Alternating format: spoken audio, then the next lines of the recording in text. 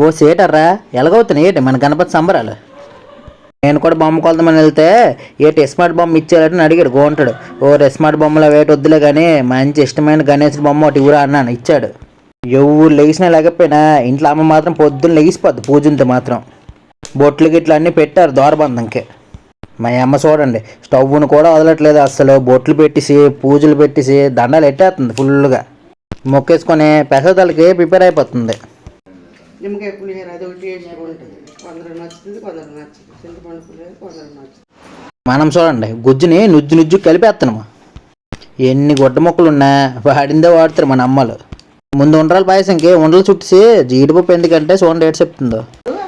అంతా వెరైటీ కదమ్మా, ఇంకా అందుకని ఇప్పుడు ఇవన్నీ వెరైటీ చేసుకోవాలి. వినాయకుడికి ఇది చాలా ఇష్టమైంది. అవును, మా అమ్మకి చెప్పారులేండి.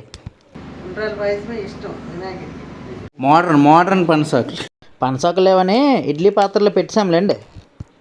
ఇదిగో మా అక్కల పిల్లలు వీళ్ళకే ఫోన్లు ఉంటే చాలండి పిల్లలకి. ఇప్పుడు మన ముఖ్య పదార్థం పులిహార కలుపు విధానము. మా కుర్రలు పులిహార ఎలా కలపాలి చెప్పు. వేరుశనగ పలుకులు. నువ్వు అనుకున్న పులిహార కాదే, మేము అనుకున్న పాపం మా అమ్మకి మన పులిహార ఏంటి తెలియదు కదా. అమ్మ ఏంటి వేయాలమ్మా? వేరుశనగ పలుకులు, పప్పులేసి కొంచెం పచ్చిమిరపకాయలు, అల్లము, కరివేపాకు వేసుకొని ఆఖరణ కొంచెం ఎంత ఇంగు వేసేసాం అనుకో. మా అమ్మ పోపులను తెచ్చి పద్ధతిగా పాపం గరిటతో కలుపుతుంటే, ఓ తీయమ్మ గరిటతో కలిపితే రుచి రాదు, ఆ చేతితో కలిపితేనే రుచి వస్తుంది అంటుంది మా అక్క. వాళ్ళన్నీ తయారు చేస్తుండ్రు. ఈ లోపల మనం కూడా నీట్గా రెడీ అయిపోయి మామిడి కొమ్మలు పెట్టుకొని గుమ్మాలకు దోపిమంటే దోపిస్తాను. అటుపక్క ఒకటి ఇటుపక్క ఒకటి. ఛానల్లో వాళ్ళతో పాటు వాళ్ళ ఫ్రెండ్స్ని కూడా పెట్టుకొని వచ్చారు. మా అక్క గణేష్ని రెడీ చేసేస్తుంది. మా అక్కని ఎవర్రా బాబు భరెత్తారని అనుకుంటే ఈ లోపు వచ్చారు మా బావ. నేనున్నాను అనుకొని. పాపం మా అమ్మ చూడండి, గరికి పోసు కోసం వస్తే సేగంటి కన్నా పెద్ద పెద్ద బదలాడిసి ఏదేదో చెప్పేస్తుంది నాకు. అట్టుకోండి పువ్వుల దొంగలు వచ్చారని అంతే, రారా మన ఇద్దరం ఫోటో తీసుకుందామని. ఇప్పుడు చూడు, నువ్వు నేను కూడా దొంగలమే అని అనిసింది మా అమ్మ. ఎలాగైనా అమ్మాయిలు తెలివైనలే. మన గణేశుడి పూజకి ప్రసాదాలన్నీ రెడీ అయిపోతుంటే మా గుంటలు చూడండి ఏడ్ చేస్తుండ్రు. ఓరు గుంటలారా, పూజకి ఎలా అయింది రండిరా. మా అక్క బావ పూజ కూర్చోండ్రు, పూజ చేద్దామని. మా అమ్మ ఇల్లుగా సమరసంకం పూరించు అన్నది.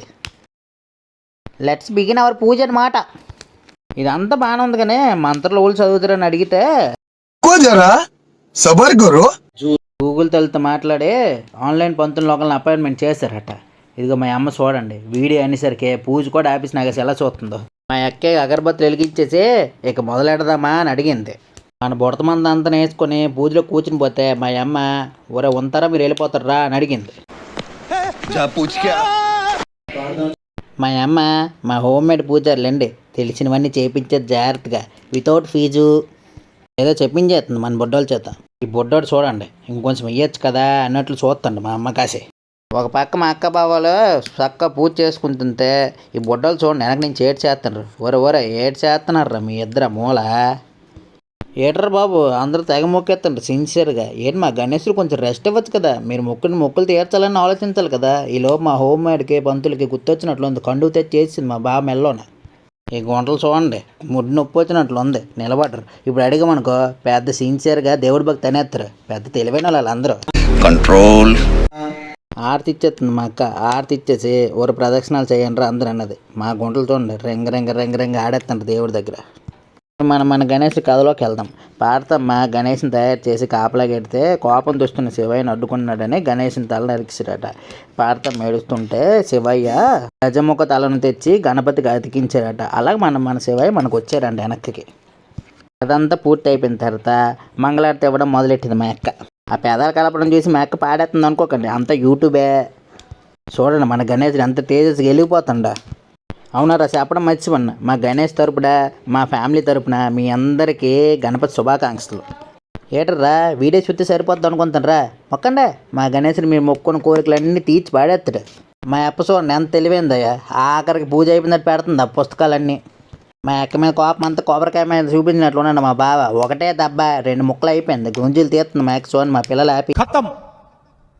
పూజ అంతా అయిపోయాక మన గణేశుడికి నమస్కారం చేసుకుని మా అక్క బావ లేచిపోయారు. మా అమ్మ కూడా వచ్చి గణేశుడికి మొక్కాల్సినవన్నీ మొక్కిసింది. నన్ను కూడా మొక్కమని చెప్పింది. నేను కూడా దగ్గరికి వెళ్ళి గణేశుడికి పూజలతోనే నమస్కారం చేసుకొని గట్టిగా కోరుకొని ఒక కొబ్బరికి కొట్టే నేను కూడా మన గణేశుడికి కొట్టేసి నేను కూడా బోర్ల పడి గణేశుడికి మొత్తం అన్నీ మొక్కేసుకున్నాను అనమాట. ఇలాగైతే తెల్లారిపోద్ది అని చెప్పేసి మన బుట్టబెత్తున్నారు కదా వాళ్ళందరినీ ఒకేసారి మొక్కిమని చెప్పాను మన గణేశుడికి. ఇప్పుడు జరుగుతున్న కార్యక్రమం చూసి మా బావ లోపల ఫీలింగ్ ఏంటో చూడండి మీరే. మజా ఆయా.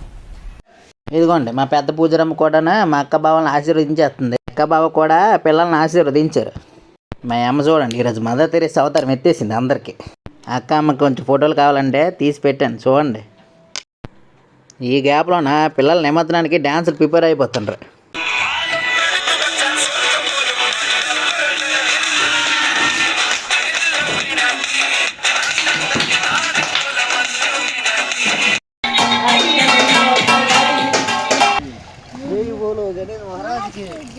చూడండి మొత్తానికి మన గణేష్ని అయితే నిమజ్జనం చేసింది. చూసారా మన గణేశుడు ఎలా వెళ్ళిపోతున్నాడు.